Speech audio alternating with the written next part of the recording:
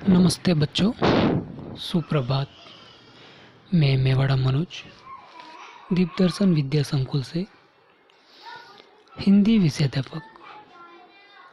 आज हम पढ़ेंगे हिंदी साहित्य कक्षा 9 स्पर्श भाग 1 पाठ 10 एक फूल की चाह।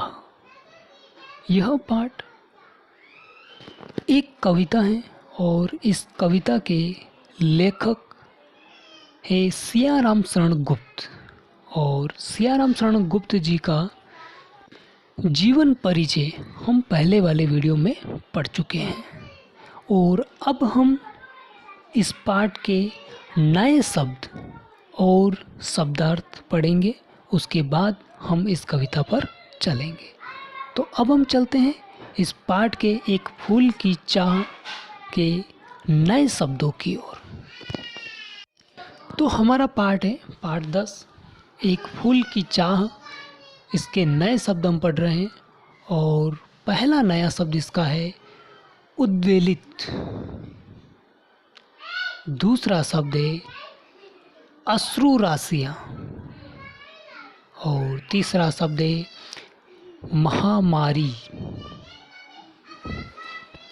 चौथा नया शब्द है प्रचंड। पांचवा शब्द है क्षीण। छठा शब्द है मृत्युवत्सा। अब देखिए, जो भी हम नए शब्द पढ़ रहे हैं इनके अर्थ हम शब्दार्थ जब पढ़ेंगे तब स्पष्ट करेंगे। तो इस समय हम सिर्फ नए शब्दों का ही अध्ययन करेंगे। इनके अर्थों को हम शब्दार्थ जब पढ़ेंगे तब इनके अर्थों को समझेंगे। तो ये हुए हमारे 6 नए शब्द और 7वां नया शब्द है हमारा। तो हम नए शब्द पढ़ रहे हैं और 6 नए शब्द हम पढ़ चुके हैं और 7वां नया शब्द है हमारा रुदन। 8वां नया शब्द है दुर्दांत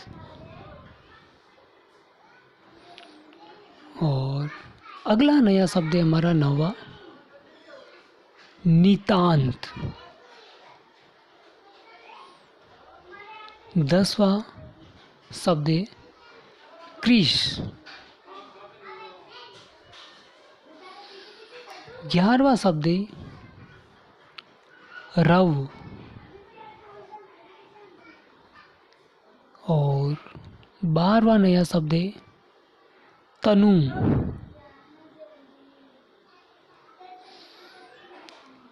अगला 13वां नया शब्द है हमारा ताप तप्त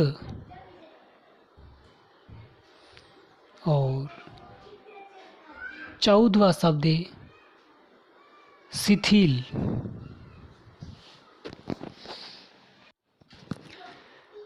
14वां नया शब्द है हमारा शिथिल और अगला 15वां नया शब्द है हमारा अवयव। 16वां नया शब्द है हमारा विहल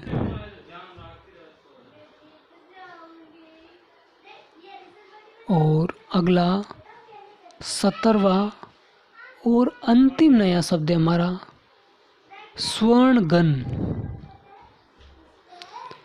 तो इस प्रकार से हमारा पाठ एक फूल की चाह जो एक कविता है और इस कविता के लेखक कवि सियाराम शरण गुप्त जी हैं और इनका जीवन परिचय हम पहले पढ़ चुके हैं।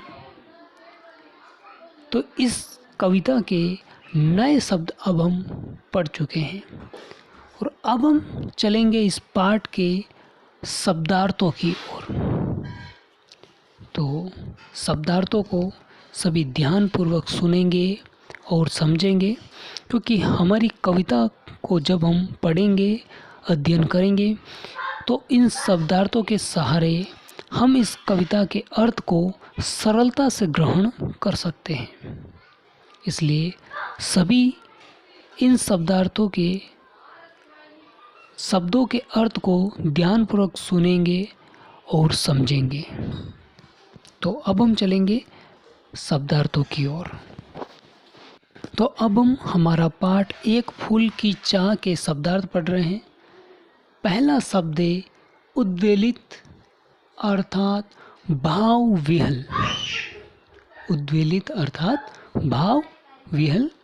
दूसरा शब्द है अश्रु राशिया अर्थात आंसुओं की जड़ी, अर्थात लगातार आंसू गिरना, एक के बाद एक आंसू की बूंद गिरना, उसे हम कहते हैं अश्रु राशिया या आंसुओं की जड़ी। अगला शब्द है महामारी अर्थात बड़े स्तर पर फैलने वाली बीमारी, यानी कि ये जो बीमारी फैलती है वो बहुत बड़े स्तर पर फैलती हैं, उस पर काबू करना मुश्किल होता है, तो ऐसी बीमारी को हम महामारी कहते हैं। अगला शब्द है प्रचंड अर्थात तीव्र।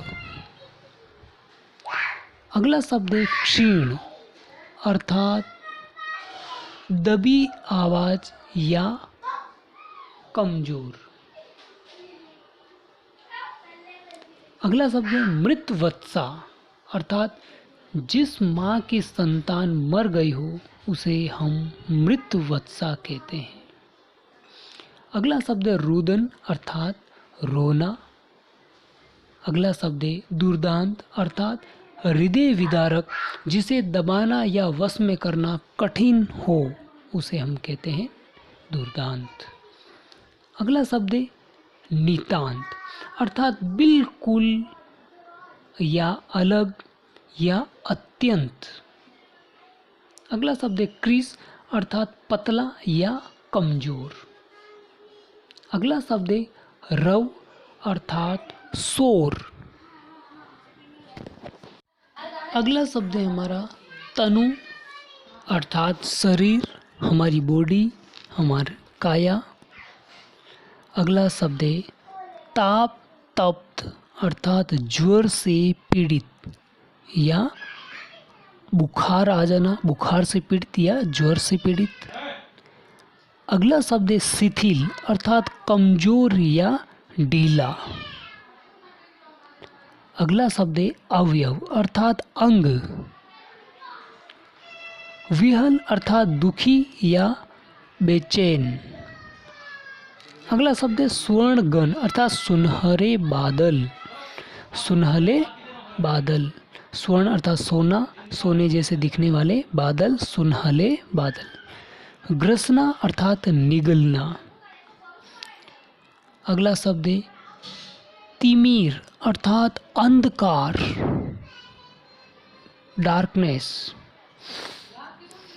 अगला शब्द है विस्तीर्ण अर्थात फैला हुआ।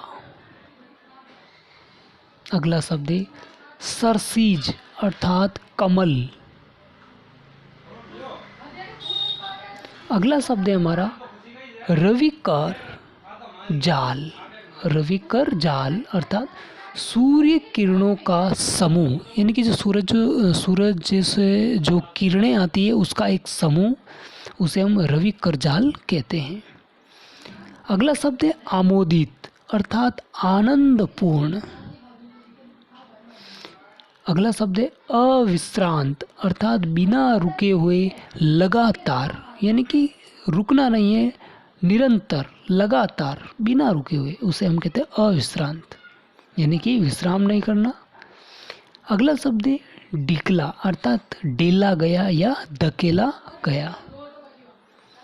अगला शब्द है सिंहपोर अर्थात मंदिर का मुख्य द्वार जो होता है उसे हम सिंहपोर कहते हैं। परिधान अर्थात वस्त्र। सुचिता अर्थात पवित्रता।